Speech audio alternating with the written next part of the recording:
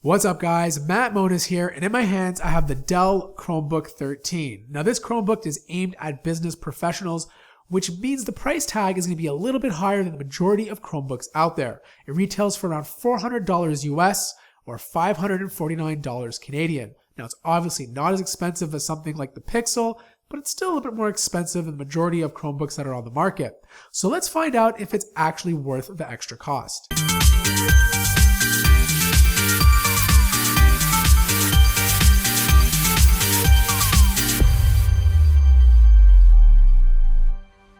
The Chromebook 13 is made out of magnesium alloy and soft touch carbon fiber. It has this nice grip to it that allows you to easily pick it up and prevent it from sliding around. It's a nice change for a Chromebook, which are often cheap and clunky. The outside of the lid has this dark gray woven fabric design with a Chrome and Dell logo on top. On the left side you'll find the power connector, an HDMI port, one USB 3.0 port, headphone and mic jack, and a microSD card slot. On the other side is one USB 2.0 port and a Noble lock. There's also an included battery charging indicator on the front, and it's a nice way to see how much battery is left even when the lid is shut. But one thing I don't like is the fact that the speakers are underneath. The sound is clear and clean, but I found the volume levels to be a little low. It would have been nice to have the speakers on top.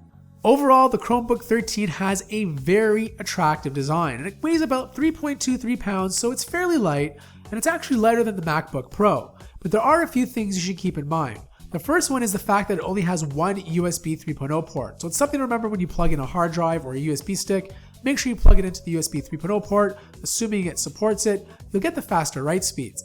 The second thing is it does attract fingerprints like crazy due to the type of material that it's using. So you might find yourself cleaning it off a little bit more often. And finally, I would have rather had a regular SD card instead of a micro SD card. A regular SD card I use for my camera, and I find it might be a little bit more popular with people. And on top of that, you can actually use a micro SD card adapter in the SD card slot, allowing you to use both types of cards. Opening up the lid requires two hands, one to keep the laptop from moving and the other to pry it open. Once open, you're greeted by two microphones and a front-facing webcam. The webcam is 720p and it's nothing amazing, but good enough for video conferencing and Chromebook selfies. Is that even a thing? Next up is the keyboard, and it's one of my favorite things about this Chromebook. It's absolutely excellent.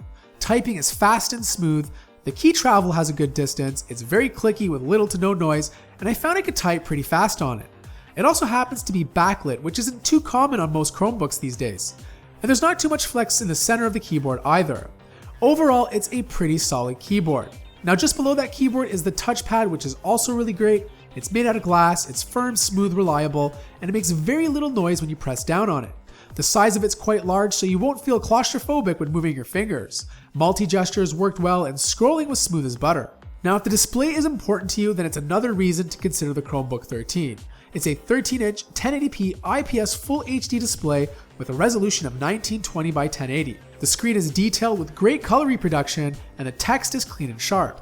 It's also a matte display, so it's great at preventing reflections, something to keep in mind if you like to work outside or sit beside a window with a lot of sunlight. Moving on to performance, and the unit I have here is powered by a 1.5 GHz Intel Celeron 3205U with 4 GB of RAM and 16 GB of SSD storage.